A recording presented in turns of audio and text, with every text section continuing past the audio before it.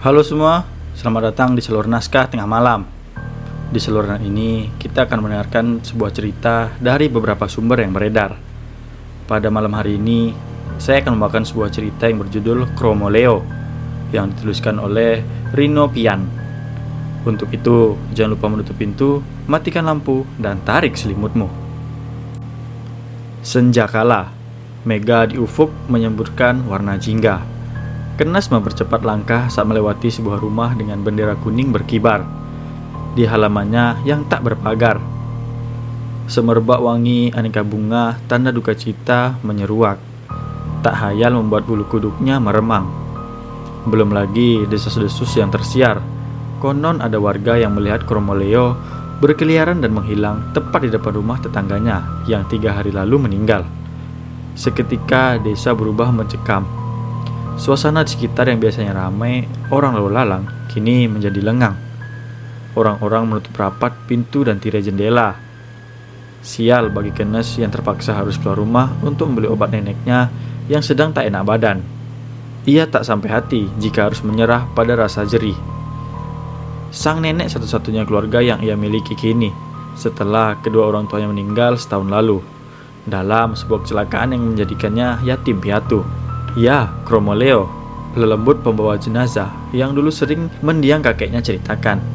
Kemunculannya kembali menggegerkan setelah sekian lama hanya dianggap sebagai mitos usang ditelan zaman. Sesuai dengan kepercayaan yang melekat di tengah masyarakat, 3 hari setelah kematian korban yang pertama, Chromoleo akan kembali gentayangan mencari mangsa. Kenas bergedik mengingat inilah saatnya. Aneh, kediamannya yang hanya berjarak kurang 100 meter dari rumah duka terasa tak kunjung sampai meski langkahnya telah ia percepat. Kenes menyeka peluh di dahinya yang tertutup rambut poni. Satu tangannya lagi ia letakkan di dada, meredam debar yang kian menggila. Komat kamit bibir raum gadis itu melafalkan doa-doa yang mampu diingatnya. Kemudian langkah Kenes terhenti. Sayup-sayup di antara bunyi gesekan rumpun bambu yang diterpa angin, terdengar suara lirih dari kejauhan yang menyebut, "Oleo, oleo, ojo oleo." Persis seperti apa yang dikisahkan mendiang sang kakek. Begitulah salah satu tanda kemunculan hantu Chromoleo. Tubuh Kenes bergetar. Telapak tangannya membeku. Kedua kakinya seperti terpancang di jalanan. Alih-alih melafal doa, giginya justru bergemeletuk saking takutnya. Ada secuil rasa penasaran yang entah datang dari mana. Kenes nekat menoleh ke arah belakang tubuhnya. Seketika itu juga ada iring-iringan pembawa keranda, berjarak hanya beberapa sentimeter saja dari wajahnya. Padahal sesaat lalu suara-suara itu terdengar begitu jauh. Mata Kenes membelalak, mulutnya menganga tak bersuara saat sosok-sosok itu berjalan tanpa sedikit pun menyentuh tubuhnya, seolah menembus begitu saja. "Oleo, ojo oleo, oleo." Lirih suara mereka terdengar sangat menakutkan. Masih dengan tubuh mematung, Kenes menutup wajahnya dengan kedua telapak tangan. Gadis itu terisak sampai ia teringat akan sesuatu hal. Kalau Chromoleo berhenti di suatu rumah, nanti di rumah itu ada yang meninggal.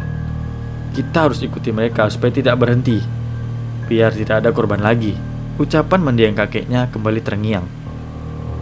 Kenes memberanikan diri menoleh ke arah yang dituju di demit itu. Berpakaian serba hitam, celana komprang, Chromoleo tak beralas kaki. Mereka berjalan mengambang, namun selang waktu kemudian Kenes menyadari Chromoleo sedang menuju ke rumahnya. Eyang, suara Kenes bergetar. Hari sudah gelap. Seketika itu ia berjalan dengan cepat, setengah berlari. Kenes mengejar Chromoleo agar tak berhenti. "Sekarang kamu sudah dewasa, Dok. Eyang ikhlas, kalaupun sudah tak berumur panjang."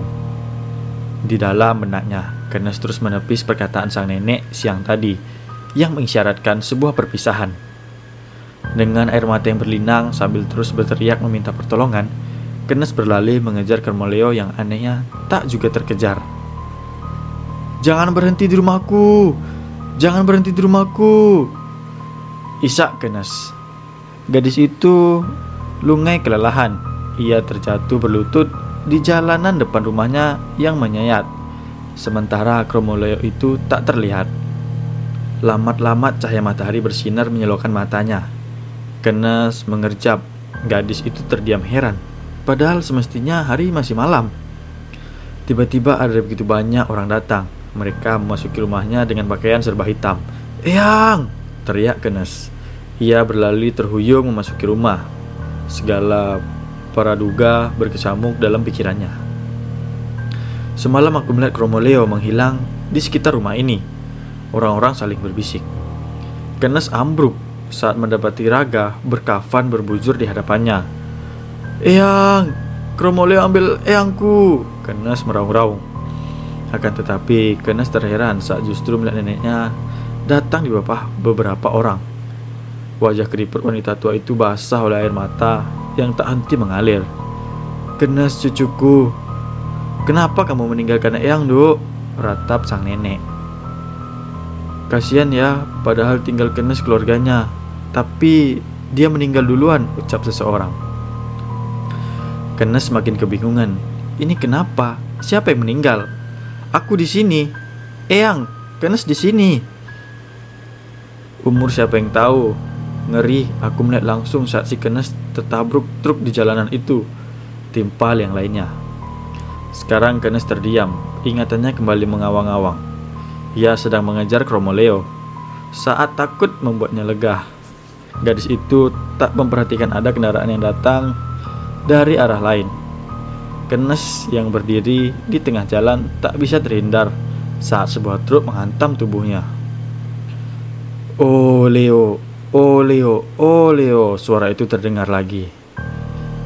Itulah tadi cerita singkat tentang Kromoleo yang dituliskan oleh Rin Nopian. Semoga kalian terhibur dengan cerita singkat pada malam hari ini.